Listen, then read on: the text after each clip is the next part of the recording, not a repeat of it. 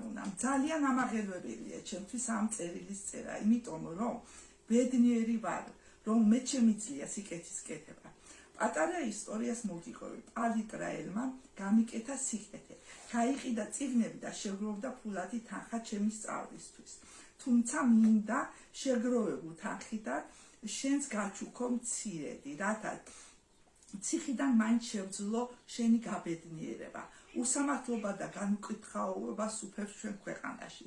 გმირებს სვავენ, მოძალადეებს ადიდებენ. ზუსტად მაგიტომ დამიჭირეს და დამატუსახეს. დამატუსახეს იმისთვის, რომ ვიბრძვი საქართველოს უკეთეს მომავლისთვის, ვიბრძვი ევროპული მომავლისთვის, სადაც ბავშვები, შიშრომილ პირები, მოხუცები არ შიმშილობენ და არ იბრძვიან გადარჩენისთვის.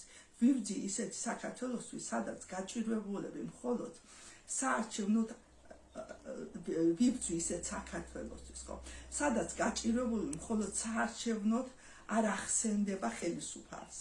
თუმცა დღეს ის ხალხი, ვინც ლეგიტიმაციას იხვეწება, რათა მთავრობა ეწოდოს, საერთოდ არ ანაღლებს მოსახლეობის მდგომარეობა. ეს ხალხი კორუმპირებული ელიტაა და ფულის გარდა არაფერი არ აინტერესებს.